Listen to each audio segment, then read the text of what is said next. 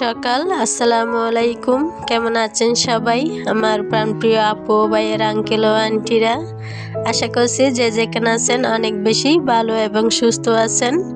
আলহামদুলিল্লাহ আমিও খুব ভালো আছি। চলে এলাম প্রতিবারের মতন একটা নতুন ভিডিও নিয়ে আপনাদের মাঝে। আশা করি আমার এই ভিডিওটা আপনাদের কাছে অনেক বেশি ভালো লাগবে। কাছে কিংবা দূরে, দেশ কিংবা দেশের বাহিরে, যে যেখান থেকে বসে আজকের আমার এই ভিডিওটা দেখা শুরু করেছেন, সবার প্রতি শ্রদ্ধা এবং ভালোবাসা জানিয়ে একটা নতুন ভিডিও শুরু করলাম। তো যাই হোক, সকালে নাস্তা শেষ করে এখন রুমের কাজগুলো করে নিচ্ছি। আজকে সকালে পাউরুটি আর ডিম ভাজি দিয়ে নাস্তা করে নিয়েছি। আমি সব সময় রুটি বা পরোটা বানিয়ে রাখি, আজকে শেষ হয়ে গেছিল, সেজন্য পাউরুটি দিয়ে ডিম ভাজি দিয়ে খেয়েছি সবাই মিলে।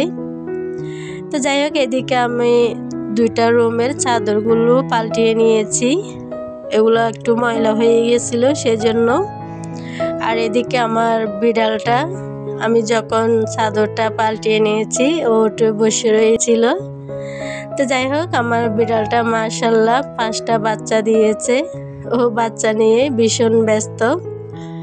আমার এই বিড়ালটা এই নিয়ে প্রায় 4 থেকে 5 বার হয়তো বাচ্চা দিয়েছে।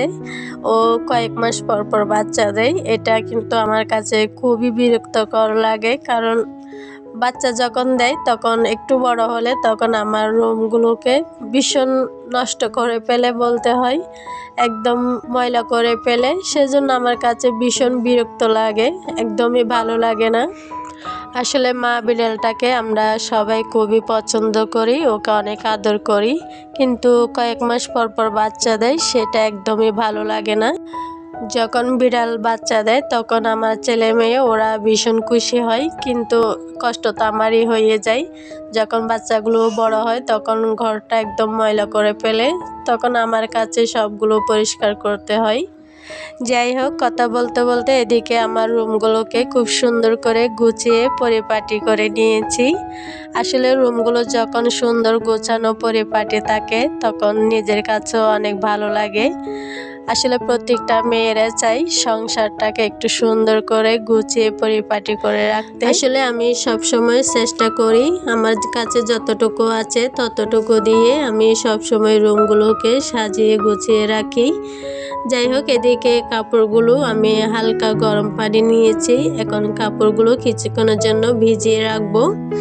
আর এখন যেহেতু পানি ঠান্ডা হয়ে গেছে সেজন্য একটু হালকা করে গরম পানি দিয়েছি, যাতে ময়লাগুলো তাড়াতাড়ি উঠে যায়।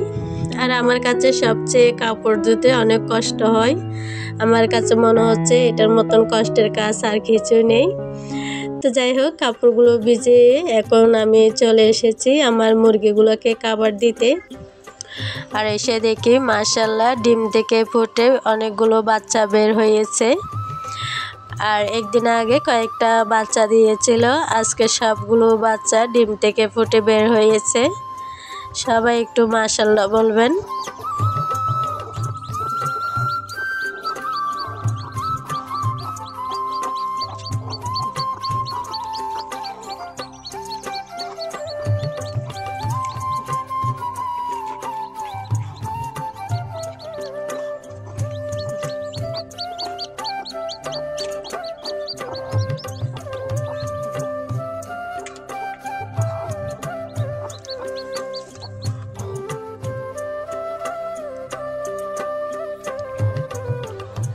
তো যাই হোক, এদিকে যেগুলো ডিমের চুলকা ছিল সেগুলো আমি পরিষ্কার করে ফেলে দিচ্ছি। আর এখানে কয়েকটা এখনও ডিম রয়ে গেছে, এখনও বাচ্চা ফুটে বের হয়নি। আর এটাতে একটু বাচ্চার মুখ দেখা যাচ্ছে মনে হয়, তো এটা কিছুক্ষণ পরে ফুটে বের হবে বাচ্চা।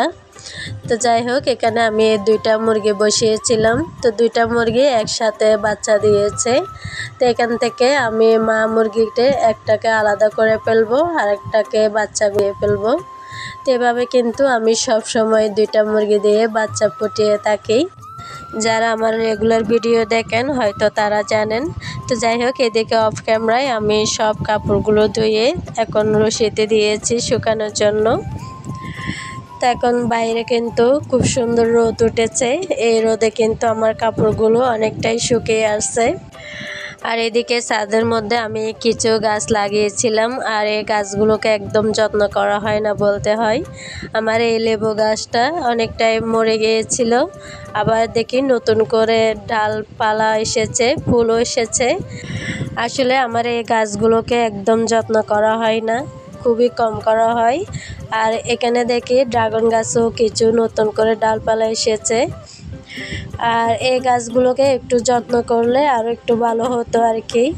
আসলে তেমন সময় পাওয়া যায় না, সেজন্য আর করা হয় না। আর এদিকে আমার লেবু গাছ আর একটা একদম পাতাগুলো শুকিয়ে যাচ্ছে, আর গোড়ায় তেমন পানি নেই। তো যাই হোক, একদিন সময় করে এই গাছগুলোকে একটু যত্ন করব।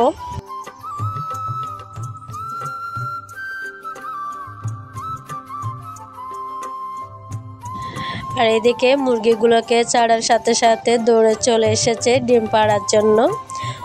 আর একটা পেড়ে চলে গিয়েছে, এখন আর একটা বসেছে ডিম পাড়ার জন্য। তো মাশাআল্লাহ এখানে 2টা ডিম দিয়েছে। তো এই ডিমগুলো কিন্তু এখন দিয়েছে, আর একটা ডিমে কিছুটা রক্ত লেগে আছে। এগুলো মাঝে মধ্যে হয় এরকম। তো যাই হোক, সমস্ত কাজকর্ম সেরে এখন চলে এলাম দুপুরে রান্না করতে। এদিকে আমি মুরগির মাংস নিয়েছি আর আলু নিয়েছি। মুরগির মাংস দিয়ে আলু দিয়ে রান্না করব, সাথে পোলাও রান্না করব। আর বাকি রান্নাগুলো অফ ক্যামেরায় করে নিয়েছি। আর এই মুরগির মাংসগুলো হচ্ছে সোনালী মুরগি, অনেকে কক মুরগিও বলে। তো যাই হোক, আমি বেশিরভাগ কিন্তু মুরগির মাংস দিয়ে আলু দিয়ে রান্না করি।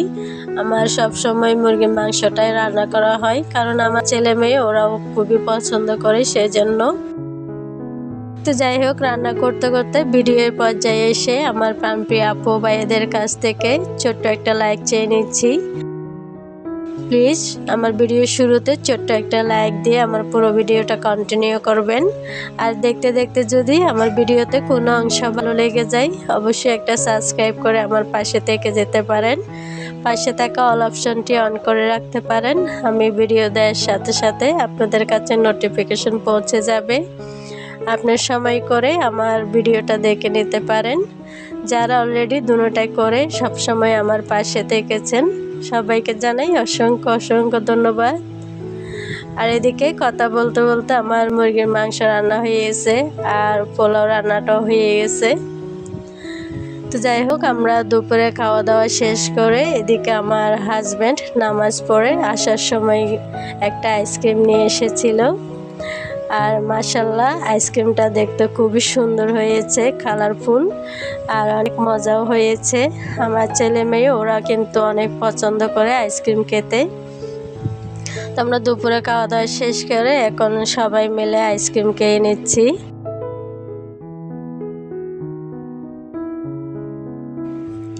আসলে আমার অনেকটাই ঠান্ডা লেগেছে, তারপরও খাচ্ছি। তো কি আর করা, লোভ সামলাতে পারতেছি না, তারপরও খেয়ে নিচ্ছি।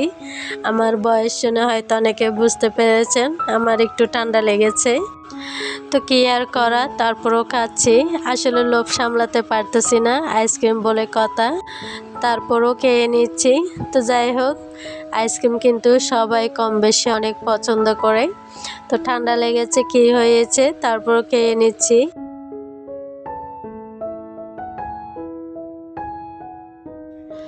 মাশাআল্লাহ বিকালে এসে দেখি আমার মুরগিগুলো এখানে অনেকগুলো ডিম দিয়েছে।